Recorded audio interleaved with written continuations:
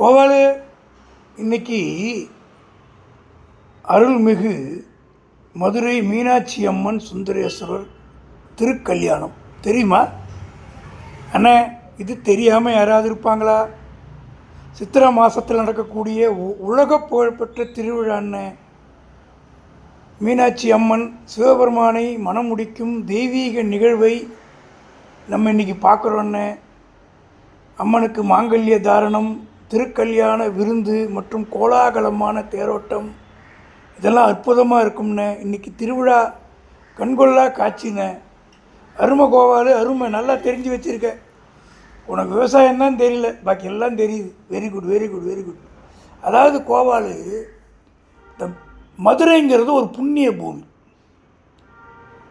ஒரு மனுஷன் மதுரையில் வாழறான் அப்படின்னா புண்ணியம் பண்ணியிருக்கான்னு அர்த்தம். அப்பேற்பட்ட ஒரு உயர்ந்த ஸ்தலம். மீனாட்சி அம்மனுடைய கருணை பக்கத்திலேயே கிடைக்குதுன்னா எவ்வளோ பெரிய பாக்கியம்.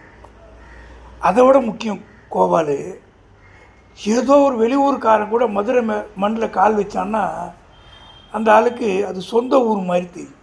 அப்பேற்பட்ட ஒரு அற்புதமான இடம். எல்லாத்துக்கும் மேலே ஒரு சிறப்பு இருக்குது மதுரைக்கு. ஒரு பெரிய கோட்டீஸ்வரன் சிம்பிளாக இருந்தால் எப்படி இருப்பாங்க, அந்த மாதிரி மிக செல்வாக்கான நகரம், மிகப்பெரிய நகரம், பார்க்குறதுக்கு சாதாரணமாக சிம்பிளாக இருக்கும். அதுதான் அங்கே அழகு. அதாவது கோவாலு, வருஷம் சித்திரை மாதத்தில் 12 நாள் திருக்கல்யாணம் நடக்கும். ஆனால் அது தெரியுன்னு கேட்டுக்க, எல்லாருக்கும் எல்லாம் தெரியும். யாருக்கு இது தெரியாது சொல்லு, காதில் வாங்கிக்க. மீனாட்சி அம்மனுக்கு காப்பு கட்டுதல், முத்துராமையர் மண்டபத்தில் திரு கல்யாணம், தாலி சரடு மற்றும் நிகழ்ச்சி நடக்குது.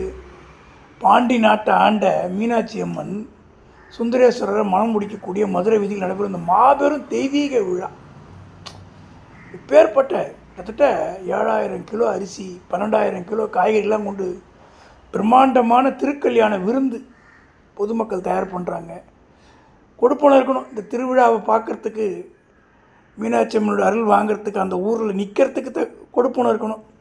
ஆனால் இந்த வருஷம் போக முடியலண்ணே, அடுத்த வருஷம் நீங்களும் நானும் போயிட்டு வந்துடலாண்ணே. நிச்சயமாக போகலாம் கோவாலு, சொல்லிட்டே இல்லை.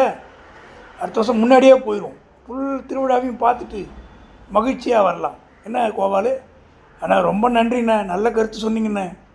இந்த உலகம் மீனாட்சி அம்மனுடைய கருணையினால் எல்லா வளமும் நலமும் பெற்று சேமமாக இருக்கும்.